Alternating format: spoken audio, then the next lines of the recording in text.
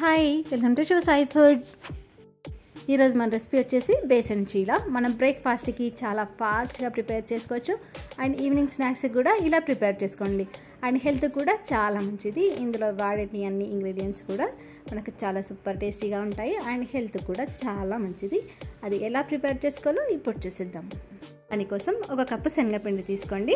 కావాలంటే మీరు క్వాంటిటీని పెంచుకోండి. ఒక కప్ అయినా 2 కప్పులైనా మీకు ఎంత కావాలో చూసుకొని వేసుకోండి.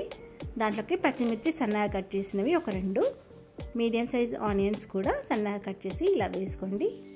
టమాటోస్ని కూడా సన్నగా కట్ చేసి ఇలా వేసుకోండి.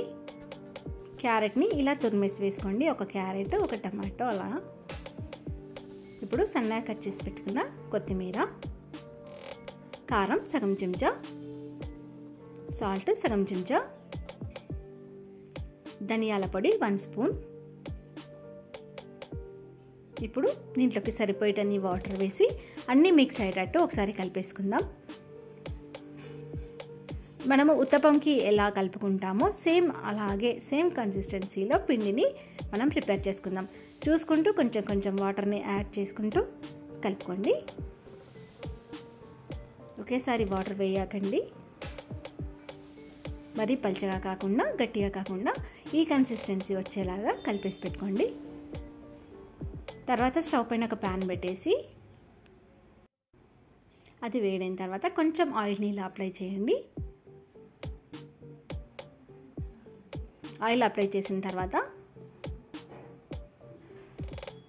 మనం కొంచెం కొంచెంగా పిండిని తీసుకొని మనం ఉత్తపంకి ఎలా అయితే వేసుకుంటామో అలాగే వేసుకోండి. మీకు కొంచెం మందంగా కావాలంటే పిండిని ఎక్కువగా తీసుకోండి. సన్నం కావాలనుకుంటే కొంచెంగా వేసేసి వెడల్పుగా స్ప్రెడ్ చేసుకోండి. చూసారు కదా, మీకు ఎంత సన్నం కావాలన్నా మందంగా కావాలనుకున్నా వేసుకోవచ్చు. ఇలా వేసిన తర్వాత ఆయిల్ వేసేసేయండి. కార్నర్స్కి మనం ఆయిల్ వేసుకోవాలి. అలా అయితేనే మనకు పెనం నుంచి లేచి వస్తుంది, లేకపోతే అతుక్కుపోతుంది. చూడండి, ఇలా ఆయిల్ వేసుకోండి.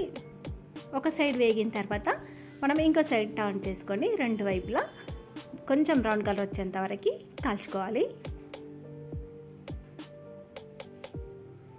చూసారు కదా, ఇలా వచ్చేస్తే సరిపోతుంది. మనకి బేసన్ చీల అనేది రెడీ అయిపోతుంది. ఇది అప్పటికప్పుడు చాలా ఫాస్ట్గా ప్రిపేర్ చేసుకోవచ్చు. మీకు ఏదైనా టిఫిన్ తినాలనిపించినప్పుడు స్నాక్స్ టైంలో అయినా చీలాని రెడీ చేసి బ్రెడ్ పెట్టుకోండి. మీరు ఇలాగే డైరెక్ట్గా కూడా తినొచ్చు. మీకు నచ్చిన చట్నీతో సర్వ్ చేసుకోవచ్చు.